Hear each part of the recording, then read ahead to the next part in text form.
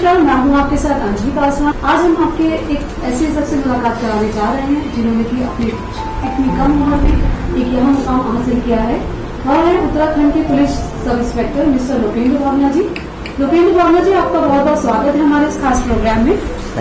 Sir, मैं आपसे जानना चाहूंगी कि आपने पुलिस ज्वाइन करने के लिए आपको यह मोटिवेशन कैसे मिला?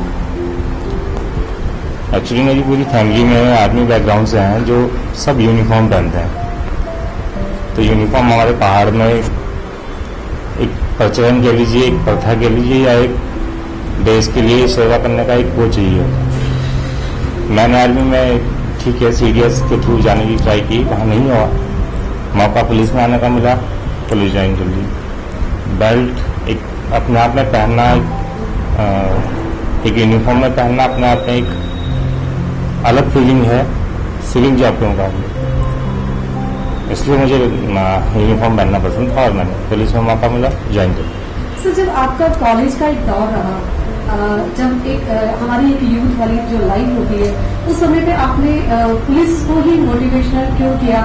जैसे कि आपके बहुत सारे दोस्त ऐसे होंगे जो आपको बोलते होंगे कि नहीं, आप ये सेक्टर छोड़ दीजिए, इस सेक्टर में ही क्यों जाना है आपको।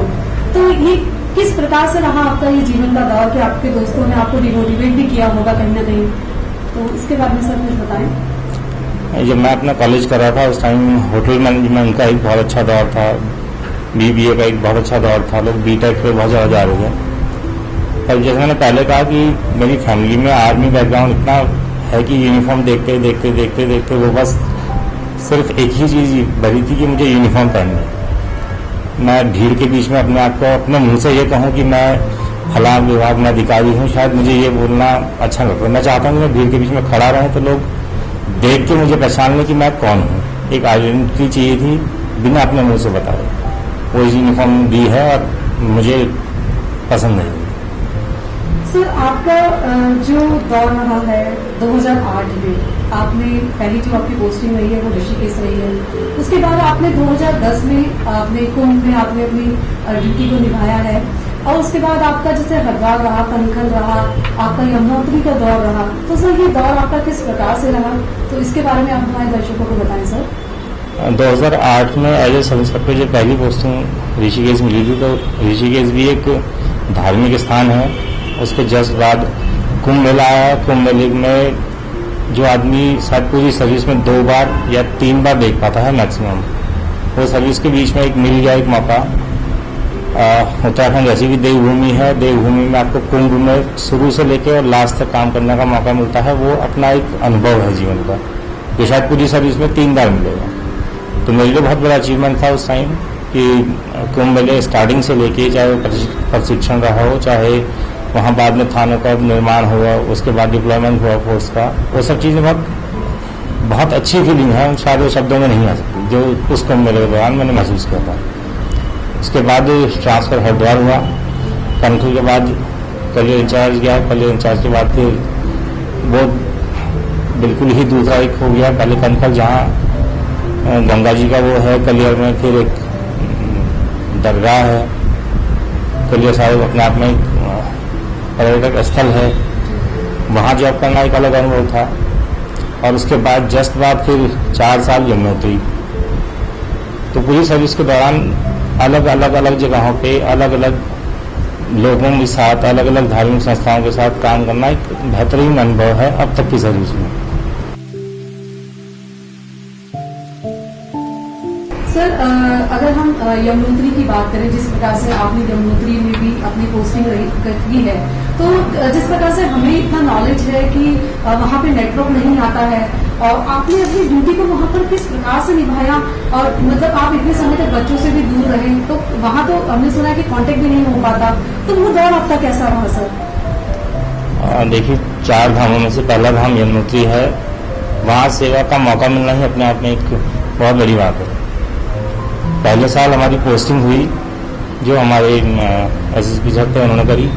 उसका 3 साल हम एज ए वॉलंटियर वहाँ गए कि हमें वही पोस्टिंग कर दिया जाए, क्योंकि जो क्राउड, जो मैनेजमेंट हम वहाँ कर सकते हैं वो शायद कहीं नहीं कर सकते, क्योंकि वहाँ एक ही रास्ता है। उस रास्ते पे पैदल यात्री चलता है, उसी पे घोड़े वाला चलता है, उसी पे पालकियाँ चलती हैं, और उसी पे उतनी ही मात्रा में लोग वापस लौटते भी हैं। बहुत टफ यात्रा है और स्टार्टिंग सीजन से लेके और जब तक वो सीजन एंड नहीं हो जाता कंटिन्यू वहाँ यात्रा चलती है। तो उस दौरान वहाँ रहना अपने आप में एक चैलेंज भी है। फिर वहाँ सिग्नल की थोड़ी सी दिक्कत आती है। वो कभी थोड़ी सी बात करने के लिए कहीं पहाड़ी पे जाना पड़ता है, वहाँ एक छोटा सिग्नल आता है, अगर आया तो आप बात कर पाएंगे घर, वरना सिर्फ ऑफिशियली हम लोग बात करने के लिए वायरलेस का यूज़ कर पाते हैं। घर बात करने के लिए तो थोड़ा टाइम लगता है कभी कभी। डेली वहाँ बारिशें होती हैं, तो उन सब चीज़ों में मैनेज करना शायद प्राकृतिक देन है जो वहाँ पे सुपर नेचुरल पावर अपने आप को देती है आदमी।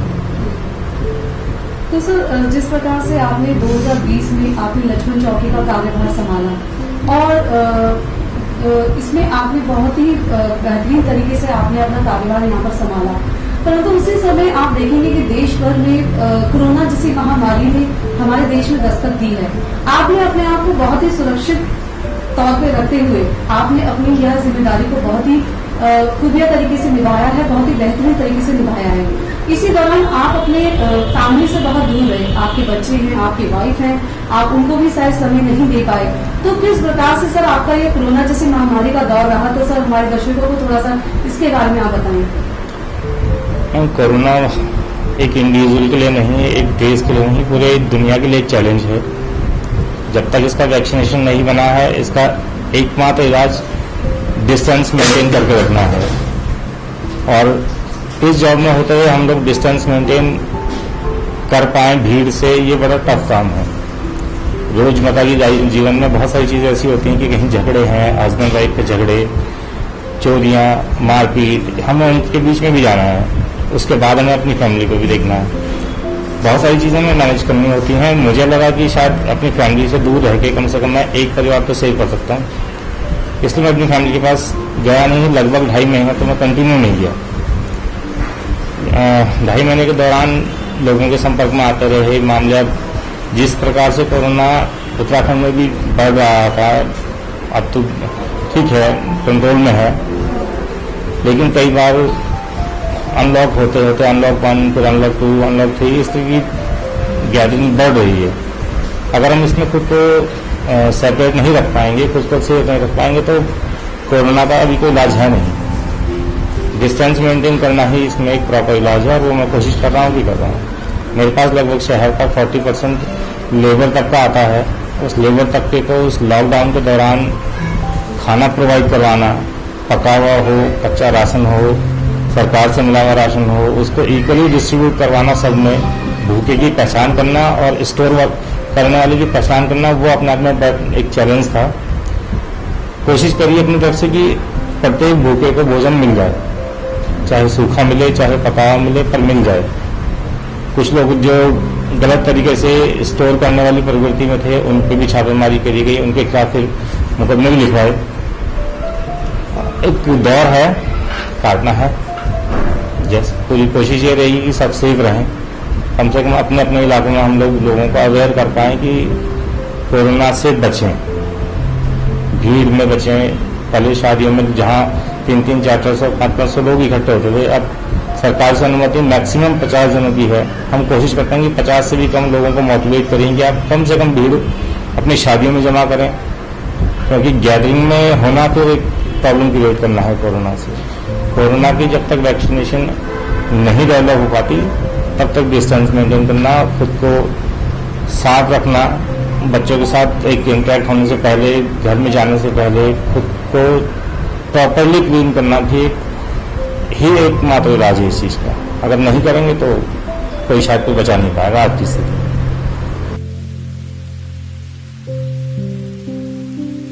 भावना जी, बहुत बहुत धन्यवाद आपका। आपने हमारे इस खास मुलाकात प्रोग्राम में आप आए और आपने अपने जीवन का सार हमें सभी दर्शकों को बताया, तो बहुत बहुत धन्यवाद सर आपका। आपका बहुत बहुत शुक्रिया मैम, मुझे मौका देने के लिए।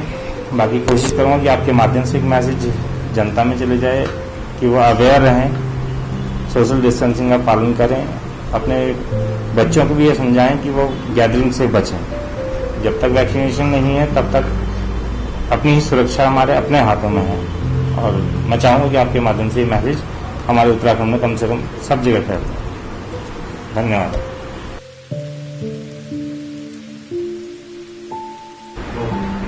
तो आज हमारे साथ खास मुलाकात में थे मिस्टर लोकेन्द्र भावना जी। अब नई चेहरे के साथ हम दोबारा आपसे मुलाकात करेंगे। नमस्कार।